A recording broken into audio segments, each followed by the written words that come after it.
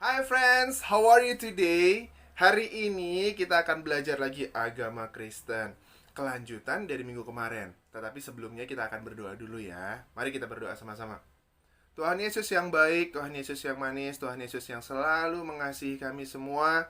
Kami mau belajar agama Kristen bersama-sama. Biarlah pelajaran hari ini kami dapat menyerapnya dengan baik dan kami dapat menerimanya dengan sebaik-baiknya, sehingga kami bisa mengerti Tuhan. Kami mengucap syukur dalam nama Yesus. Haleluya. Amin. Oke. Kelanjutan dari pelajaran minggu kemarin, hari ini kita akan membahas unsur-unsur ibadah bagi bangsa Israel. Nah, pada zaman perjanjian lama, di dalam kitab Kejadian 4 ayat 21, bangsa Israel di dalam ibadahnya mereka menggunakan dua alat musik, yaitu kecapi dan juga suling. Kedua alat ini selalu digunakan di dalam ibadah-ibadah bagi bangsa Israel.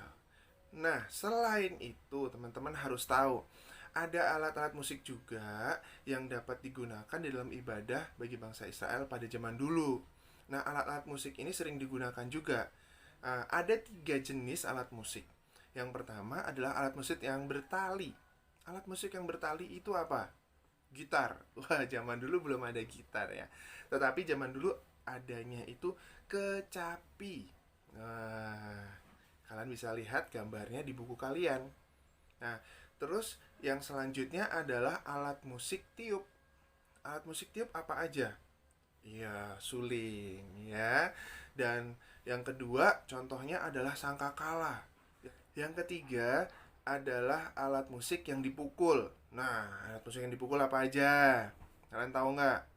Pada zaman dulu, alat musik yang dipakai adalah rebana. Jadi bangsa Israel pada zaman dulu menggunakan rebana di dalam memuji dan menyembah Tuhan juga.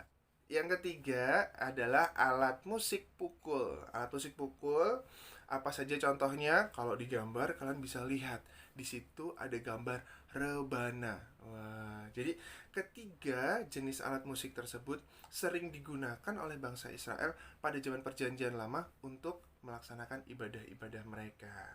Nah, teman-teman, selain alat musik yang digunakan bagi bangsa Israel dalam beribadah, unsur yang lain adalah yang nomor dua, yaitu doa.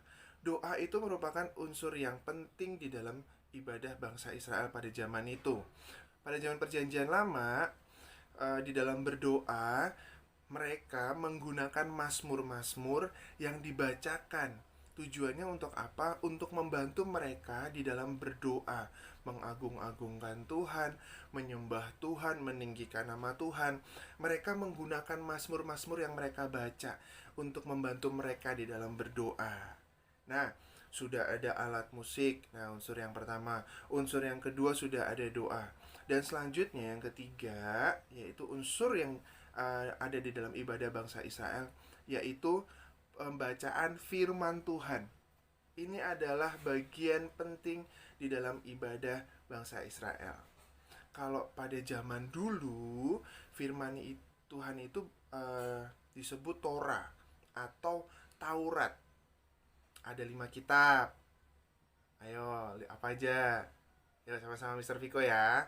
Kejadian, Keluaran, Ulangan, Imamat, dan satu lagi Bilangan. Kelima kitab ini yang selalu dibaca oleh bangsa Israel pada saat ibadah. Mereka membacanya di mana? Bisa di sinagog-sinagog, tempat-tempat kecil untuk ibadah bangsa Israel. Bisa juga mereka sering membacakannya di pelataran bait suci. Nah, di dalam firman-firman yang mereka bacakan, di dalam Taurat yang mereka bacakan, selalu mengingatkan kepada bangsa Israel pada zaman itu betapa hebatnya Tuhan, betapa luar biasanya Tuhan yang menolong mereka keluar dari bangsa Mesir, keluar dari perbudakan sampai menuju ke tanah perjanjian yang Tuhan janjikan bagi mereka. Itulah yang selalu mereka bacakan. Tujuan dari membacakan firman Tuhan atau Taurat ini adalah adanya kesejahteraan di dalam melakukan perintah-perintah Allah, dan juga mengingatkan kepada bangsa Israel pada saat itu bahwa mereka adalah milik Allah. Selanjutnya yang kita pelajari di dalam ibadah bangsa Israel pada zaman Perjanjian Lama, yaitu respon manusia kepada Allah. Bagaimana respon-respon bangsa Israel pada saat mereka melakukan ibadah? Teman-teman, pada zaman Perjanjian Lama, setiap kali bangsa Israel itu datang kepada Allah, mereka selalu mempersembahkan korban-korban bakaran. Korban-korban bakaran itu apa? Dapat berupa yang sudah kita pelajarin ya kemarin, dapat berupa lembu atau kambing yang terbaik. Kalau firman Tuhan bilang tidak bercacat celah. Jadi selalu yang terbaik yang mereka berikan kepada Allah di dalam ibadah-ibadah mereka. Ini adalah respon umat-umat Israel kepada Allah, terhadap kebaikan Allah yang menjaga dan selalu mengampuni mereka ketika mereka melakukan kesalahan-kesalahan dalam kehidupan mereka. Nah, ibadah itu punya peran penting di dalam bangsa Israel. Kenapa? Karena terbukanya kembali hubungan Allah dengan manusia. Nah, selanjutnya, setelah kita membahas ibadah di dalam Perjanjian Lama, bagaimana sih respon teman-teman semua di dalam ibadah yang teman-teman lakukan setiap hari Minggu, atau ibadah-ibadah yang dilakukan di luar hari Minggu? Kita harus belajar dari pelajaran ini. Semua kita belajar bahwa sebagai umat percaya, teman-teman, kita harus belajar untuk merespon di dalam ibadah. Kita harus menunjukkan kesenangan kita di dalam ibadah tersebut. Nah, yang pertama teman-teman, di dalam berdoa dan bernyanyi, tujuannya adalah mengagung-agungkan nama Tuhan. Jadi, kalau kita ibadah atau mungkin online service yang ada di rumah, kalau kita nonton di YouTube atau mungkin lewat media sosial yang lainnya, ketika kita ibadah, jangan kita diam aja.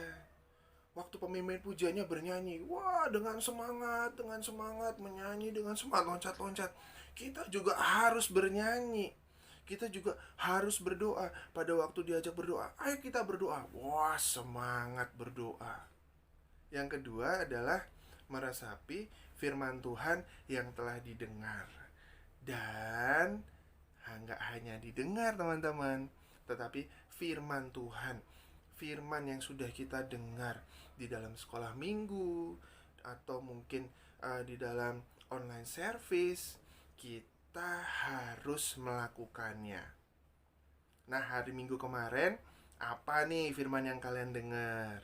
Kalau kalian sudah dengar, maka teman-teman harus melakukan semua yang sudah diajarkan, semua yang sudah kalian terima, semua yang sudah kalian dengar. Begitu. Jangan begitu dengar, habis itu lupa. Gara-gara apa? Kebanyakan main game. Nggak boleh begitu ya. Jadi firman yang didengar harus dilakukan juga. Kita harus menjadi pelaku-pelaku firman. Yang selanjutnya adalah memberikan persembahan yang terbaik. Ingat tadi ceritanya, bangsa Israel di dalam beribadah, mereka selalu bawa yang terbaik. Wah, Tuhan sudah tolong saya. Wah, Tuhan sudah luar biasa baik dalam kehidupan saya. Jadi saya bawa persembahan yang terbaik buat Tuhan. Ini Tuhan, wah, mereka bawa persembahan, entah kambing, entah domba yang terbaik bagi Tuhan. Jadi mempersembahkan yang terbaik bisa juga melalui kehidupan kita, dengan melakukan ketaatan, melakukan apa yang diperintahkan oleh orang tua kita atau guru-guru kita. Dan yang terakhir adalah menjadi saksi Kristus. Mr. Viko percaya Tuhan sudah tolong kita. Kalau Tuhan sudah tolong kita, maka saatnya kita memberikan kesaksian kepada orang lain. Nah, gimana caranya ya? Caranya gampang. Menceritakan kebaikan Tuhan. Wah, hari ini aku dapat berkat loh. Hari ini aku ditolong Tuhan pada waktu aku sakit. Aku didoakan mamaku, aku sembuh. Aku didoakan papaku, aku sembuh. Ceritakan tentang kebaikan-kebaikan Tuhan kepada orang lain. Oke? Itu saja yang kita pelajari hari ini teman-teman. Have a blessed day. Tapi sebelum kita akan tutup, kita akan berdoa. Mari kita berdoa. Tuhan Yesus, kami mengucap syukur bahwa kami sudah selesai belajar agama Kristen. Dan saat ini Tuhan, kami belajar bagaimana kami merespon di dalam ibadah-ibadah yang kami lakukan. Biarlah kami menjadi pelaku firman, biarlah kami bisa memberikan yang terbaik, persembahan yang terbaik bagi Engkau Tuhan. Dan kami terus Tuhan Yesus mau belajar Tuhan, menjadi saksi-Mu Tuhan Yesus dalam kehidupan kami sehari-hari. Terima kasih di dalam nama Tuhan Yesus Haleluya. Amin. God bless you and I'll see you next week. Bye-bye.